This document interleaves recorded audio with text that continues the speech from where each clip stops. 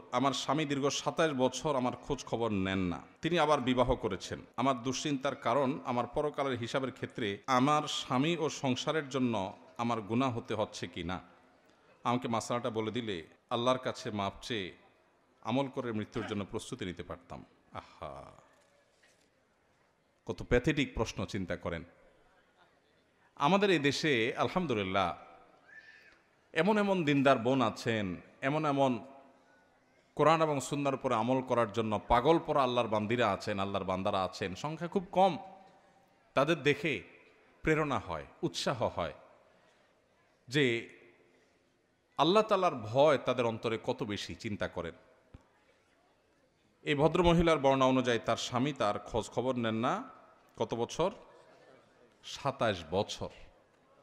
২৭ বছর যে স্বামী ভরণ পোষণ দেয় না, খোঁজ খবর নেয় না, জুলুম করছে, আবার আরেকটা বিয়ে করে সেখানে তাকে নিয়ে ব্যস্ত। এখানে তার প্রথম স্ত্রীর প্রতি সে জুলুম করছে না করছে না? করছে। এরপরও তিনি চিন্তা করছেন যে তিনি জুলুম করছেন, তিনি আল্লাহর কাছে জবাবদিহি করবেন। আমি তো স্বামীর খেদমত করার, সেবা করার, স্বামীর হক আদায় করার সুযোগই পাচ্ছি না, কারণ তিনি কাছেই আসছেন না, যোগাযোগই করছেন না। তো আল্লাহর কাছে আমার কোনো দায় আছে কি না? এটা কি বলে আল্লাহর ভয়? এই বোনকে আমরা আশ্বস্ত করতে চাই, যে স্বামী এরকম অমানুষ, যে স্বামী এরকম জালিম, যে স্বামী স্ত্রীর হক আদায় করে না, ওই স্বামীর আপনি কোনো খেদমত করছেন না, করার সুযোগ পাচ্ছেন না, এর জন্য আল্লাহর কাছে আপনার কোনো দায় নাই। কারণ আল্লাহ তাআলা বলেছেন কোরআনে, লা ইউকাল্লিফুল্লাহু নাফসান ইল্লা উসআহা, সাধ্যের বাইরে আল্লাহ তাআলা কাউকে কোনো কিছু চাপিয়ে দেন না। যেহেতু তিনি আসছেন না, খোঁজ খবর নিচ্ছেন না, হক আদায় করছেন না, আপনার সেখানে তার হক আদায় করার কোনো অপশনই নাই, সুযোগই নাই। অতএব আল্লাহর কাছে আপনার কোনো দায় নাই, কোনো জবাবদিহিতা নাই। আপনি আল্লাহর কাছে এর জন্য পাকড়াওর শিকার হবেন না। তবে আপনার অন্তরে আল্লাহর যে ভয় আছে, এটা আপনার অ্যাসেট, এটা আপনার মূল্যবান সম্পদ, এটা আপনাকে ধারণ করতে হবে। প্রতিটা কাজের ক্ষেত্রে আল্লাহর সামনে দাঁড়াতে হবে, আল্লাহর সামনে দাঁড়াতে হবে, আল্লাহর সামনে জবাবদিহি করতে হবে। এই জবাবদিহিতার বোধ যদি অন্তরে জাগ্রত হয়, এই চেতনার নাম তাকওয়া। আর এই তাকওয়া সম্পর্কে আল্লাহ বলেছেন, ওয়াল আকিবাতু লিত্তাকওয়া, শেষ হাসি হাসবে মুত্তাকিরা। দুনিয়াতে মানুষ, বহু মানুষ হাসবে, ক্ষমতা দখল করে হাসবে, চেয়ার পেয়ে হাসবে, ব্যবসা বাণিজ্যে ভালো করে হাসবে, সুনাম সুখ্যাতি অর্জন করে হাসবে, দুনিয়ার সাকসেস পদচুম্বন করার পর হাসবে। এই হাসির পরে কান্না আসতেও পারে যদি সে জাহান্নামী হয়। কিন্তু ফামান যুহজিহা আনিন নারি ওয়া উদখিলাল জান্নাহ, আল্লাহ বলেছেন, যে ব্যক্তিকে পরওয়ানা শোনানো হবে জাহান্নাম থেকে, যাকে সরিয়ে জান্নাতে ঘোষণা দেয়া হবে, ফাকাদ ফাজ, এ চূড়ান্ত সফল হয়ে গেল। এ ব্যক্তিকে আর কখনো ব্যর্থতার গ্লানি পোহাতে হবে না, তার কোনো শঙ্কা থাকবে না। পৃথিবীর সবচেয়ে বড় ক্ষমতাধর যে, তারও ভয় আছে কখন ক্ষমতা চলে যায়, কিন্তু জান্নাতের কোনো ভয় থাকবে না, কারণ তারপরে আর কোনো দুঃখ দুর্দশা কোনোদিন তাকে স্পর্শ করবে না।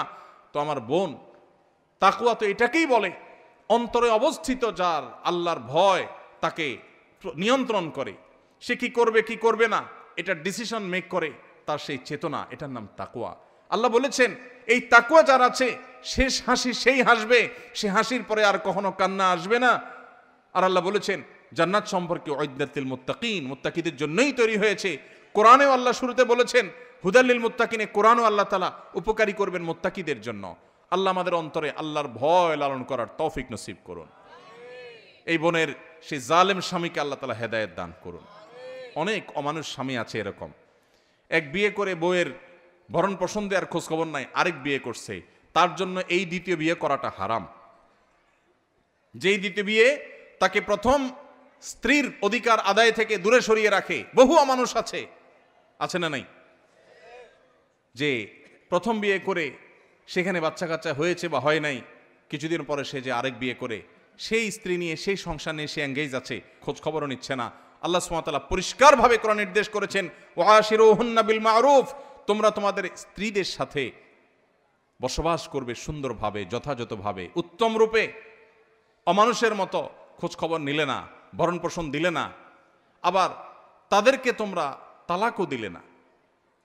যদি তালাক দাও, সে অন্যত্র বিয়ে বসতে পারে, অবশ্য কোনো যৌক্তিক কারণ ছাড়া তালাক দিলে সেটা আরেকটা গুনাহের কারণ হবে। আল্লাহ তাআলা আমাদের সবাইকে পরস্পরের হক আদায় করার গুরুত্ব বুঝার তৌফিক নসিব করুন। আর আমার এই বোন সহ যে সমস্ত মায়েরা বোনেরা এরকম মনোবেদনায় আছেন, সাংসারিক জীবনে কষ্টে আছেন, আল্লাহ তাআলা তাদের কষ্টগুলোকে লাঘব করার তৌফিক নসিব করুন। এই বোনগুলো কখনো যদি আমাদের কাছে আসে, অনেক সময় অফিসে আসে, বলেন ভাই অনেক দুঃখ, স্বামীটা অমানুষ, অমুক অমানুষ, তমুক অমানুষ। আমি বোঝানোর চেষ্টা করি, ফেরাউনের স্ত্রী আসিয়ার চাইতে বেশি আপনি মাজলুমা না। আপনি যত কষ্টই করেন না কেন, ফেরাউনের স্ত্রীকে, আসিয়াকে ফেরাউন নিজে হাতে তিলে তিলে হত্যা করেছে। আপনার স্বামী আপনাকে অত কষ্ট দেয়নি, তিলে তিলে আপনাকে খুন করতে যায়নি। সে হয়তো আপনার হক আদায় করেনি, সে হয়তো আপনাকে কেয়ার করেনি। জান্নাত কিসের বিনিময়ে পাবেন? এই সমস্ত স্যাক্রিফাইসের বিনিময়ই তো। ঈমান আমল ঠিক রেখেছেন, এসব কষ্ট সহ্য করেছেন আল্লাহর জন্য, নিজে অন্যায় অপরাধ করেন নাই, বাস এর বিনিময়ে জান্নাত পাবেন।